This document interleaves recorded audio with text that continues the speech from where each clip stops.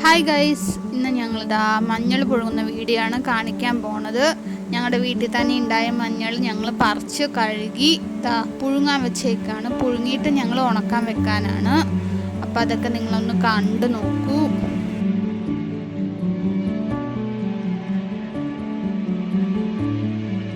തിളച്ച് വരുന്നുള്ളൂ. ഞങ്ങൾ അടുപ്പിലാണ് ചെയ്യുന്നത്. അപ്പോൾ കുറച്ച് നേരം കൂടി മൂടി വെച്ച് കഴിഞ്ഞാൽ നല്ലോണം തിള വരാൻ തുടങ്ങും.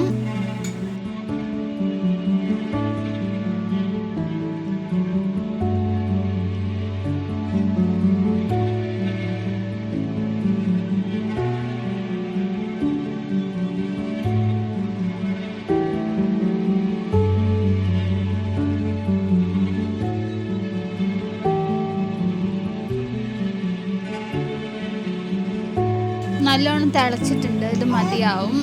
ഇതിലെ വെള്ളമൊക്കെ കളഞ്ഞിട്ട് ഉണക്കാൻ വെക്കണം. ഉണക്കാൻ വെക്കാൻ പോവാണ്.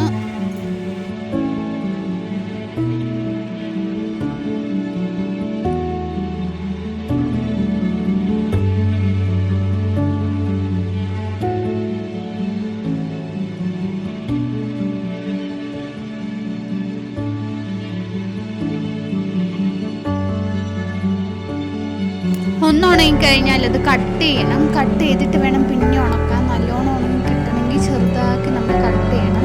ഒന്ന് ഉണങ്ങിയിട്ടുണ്ട്. ഇനി കട്ട് ചെയ്യാനാണ് പോകുന്നത്. ഞാൻ കട്ട് ചെയ്തിട്ട് കാണിച്ചു തരാം.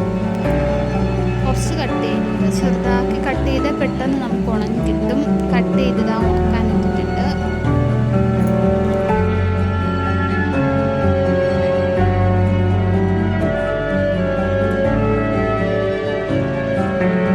നല്ലോണം ഉണങ്ങി കഴിഞ്ഞാൽ നമുക്ക് പൊടിച്ച് മഞ്ഞളാക്കാം.